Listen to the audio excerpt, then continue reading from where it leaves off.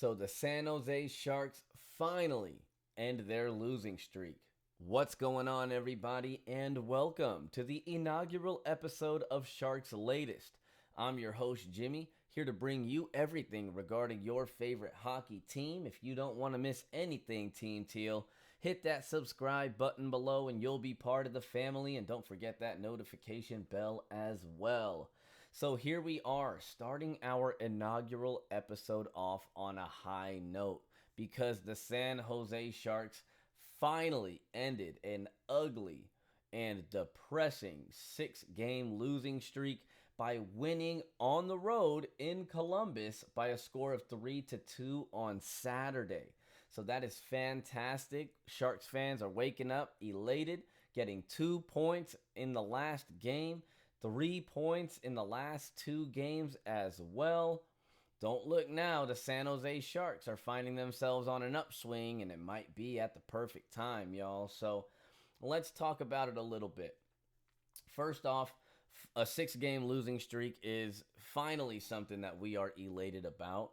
But a streak that we saw the Sharks really not playing their best and looking, well, like a young and inexperienced hockey team that they are. Watch the Sharks plummet tremendously in the wild card standings. And, well, the Sharks not too long ago were in the number 2 spot for that wild card. And I believe we are now at number 6 on the outside looking in. But still mathematically in it, y'all. So until we are eliminated from playoffs, you better believe your boy is going to be keeping that glass half full and hoping for the best. And that's exactly what you guys are going to get here on Sharks Latest. Let me pump the brakes just to tell you real quick what we're all about. We like to keep things real. That's what we do here. But we keep everything with a glass half full positive mindset and mentality, which I feel like you kind of have to have when it comes to a rebuilding franchise, right? Now, here's the positives, y'all. Even throughout this losing streak, even with the 1 point and then the 2 points finally getting a win, you're seeing some good things. You're seeing the Sharks on an upswing, and I think there are some good reasons for it. A big one is, well, the San Jose Sharks top line. So the top line has been played with quite a bit. That's something that I've been kind of mentioning lately is talking to my friends saying, well, I don't know exactly what's going to give for the San Jose Sharks, but it does appear that Coach Ryan Warsofsky is playing what I've been calling mad scientist, messing around with his lineups, moving different players up and down the lines, trying different line combinations in hopes of just finding a spark and finding something that may right this ship and turn this team into the right direction. Well, we might have found it, my friends, and that top line is the first one we're going to talk about. So, first off, it's Macklin Celebrini. This team goes where Macklin Celebrini goes. And so you finally saw him snapping out of a goal and point funk by getting himself a goal in that game against the Columbus Blue Jackets. Now, here's a pretty cool statistic that can back up this claim. We can say all day long, oh, he's our 19-year-old phenom. He's our number 1 overall pick, our top selling jersey. So therefore, we got to say we go where he goes. Well, not every team is like that.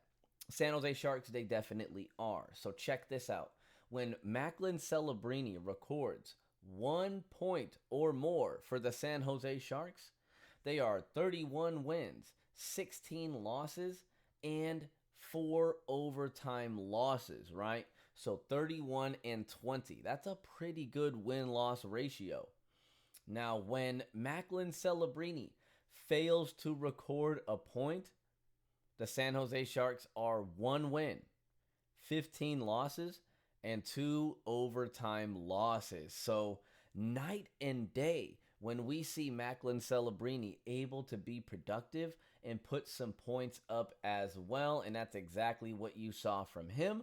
Hopefully that means he continues on his streak because coincidentally, yeah, when he was off of his game and he wasn't scoring any points and getting any goals, the San Jose Sharks were not getting any points either and were losing a ton of games.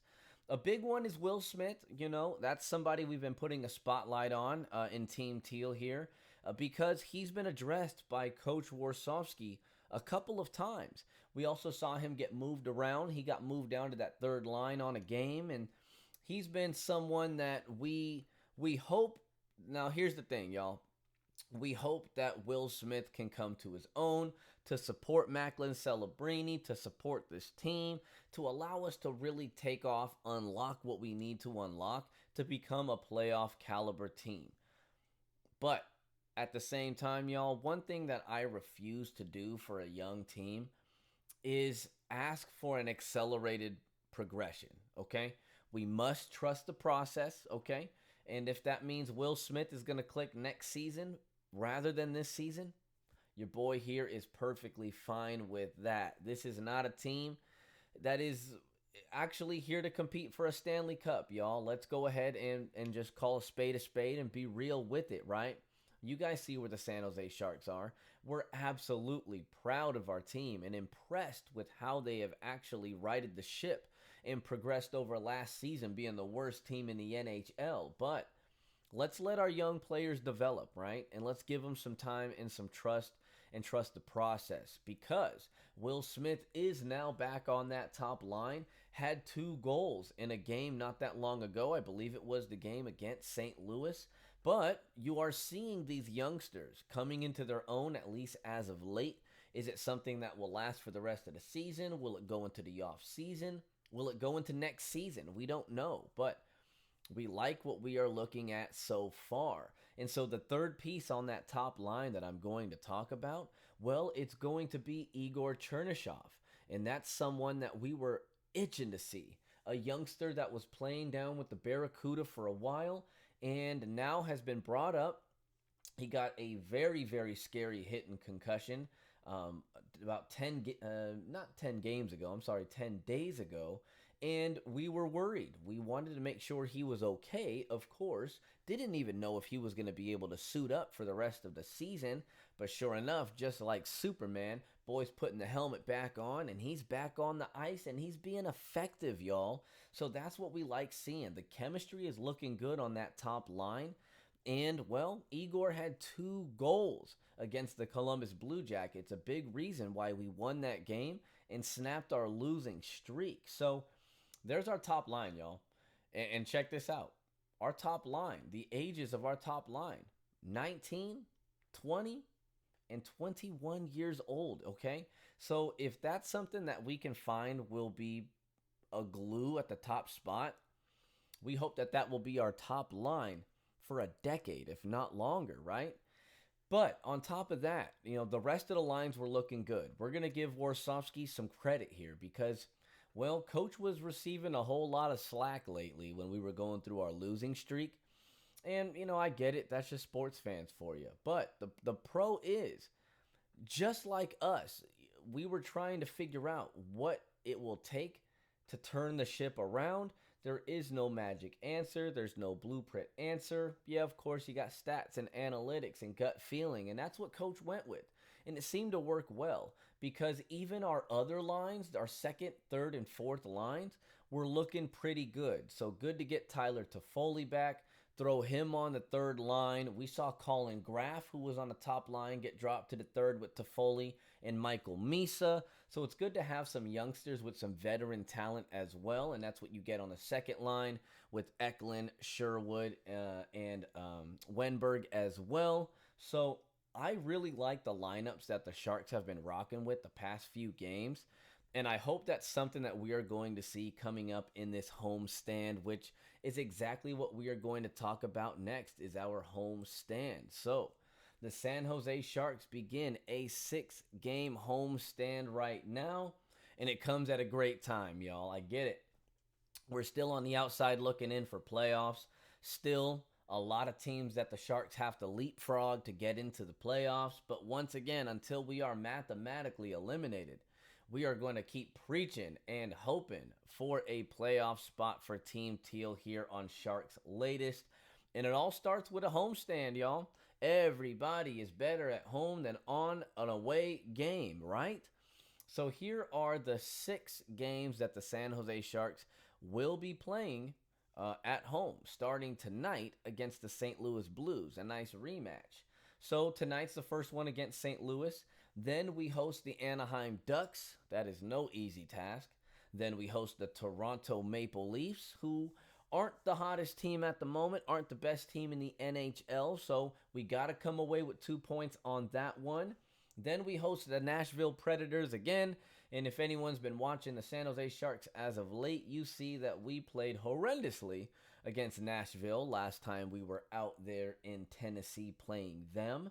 Then we will host the Chicago Blackhawks, another team that is on the up and up, and a team that we can beat, but has had our number this season before we finish off our homestand against the Edmonton Oilers, right?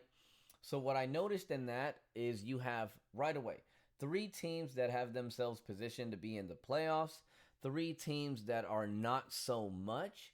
One of those being St. Louis, who, even though they're not necessarily right in the playoff spot right now, they are one of the hottest teams in hockey, coming on a 4-game win streak.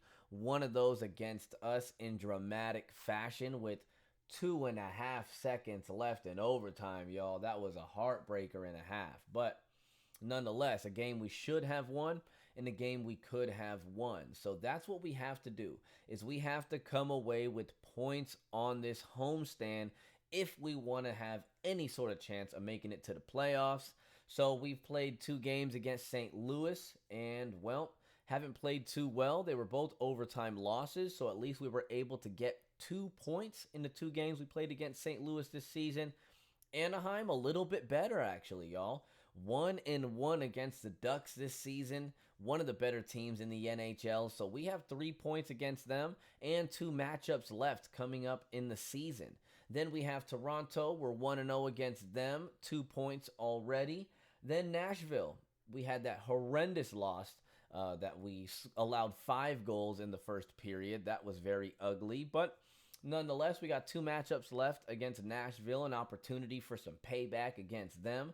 But we got 0 points coming up against them this entire season so far. And then we do have Chicago. Well, we're 0-1 against them.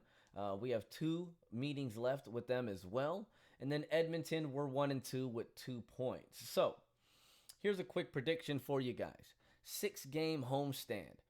I want some comments below. How about this? I try my best. I'm going to try to do a question of the day with y'all. I want you guys to be interactive as well. I don't want you just listening to me. I want you guys talking to me as well and giving some opinions when it comes to your San Jose Sharks. So give me a comment below. How many points will the San Jose Sharks come away with on this home stand? My guess is 5 points, okay?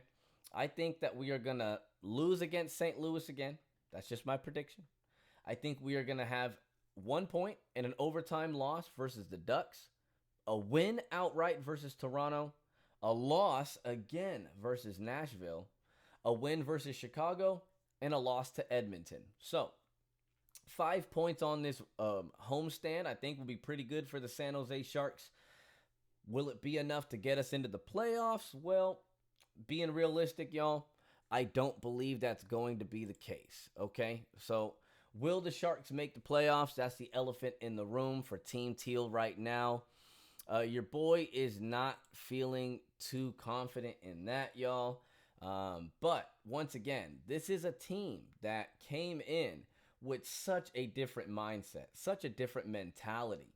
We were just looking to win games, to find the youngsters' progression, and hope that it was enough to leapfrog us into next season to where we can become a little bit more of a formidable opponent.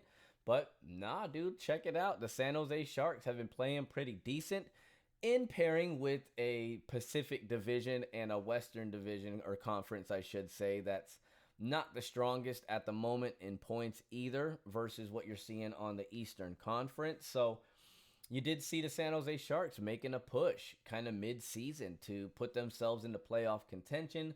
Once we were sitting in that number 2 wildcard spot for a little bit, I think the Sharks fans got a little taste, and now we're reminiscent of the old days when we were good and in the playoffs every single season. Let's be patient, y'all, but let's also be hopeful at the same time. So That goes to tonight's game against the St. Louis Blues. This is a big one, y'all.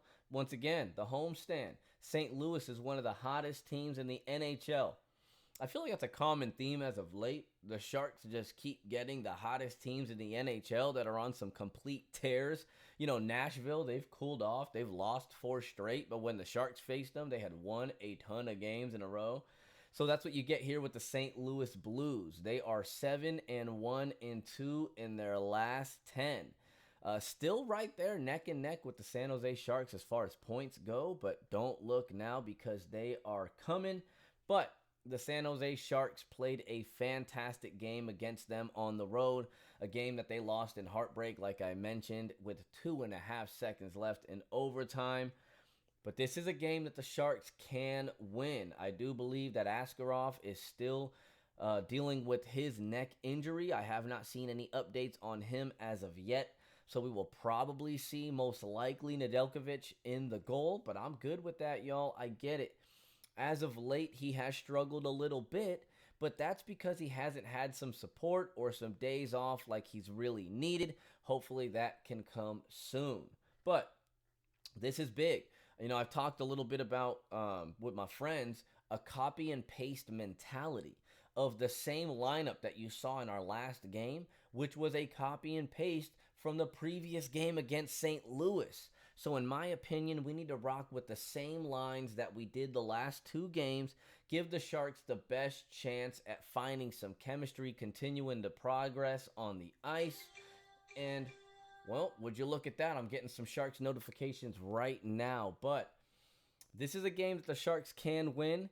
I will be honest, though, with my prediction. I do predict that St. Louis will win this one by a score of 3-2.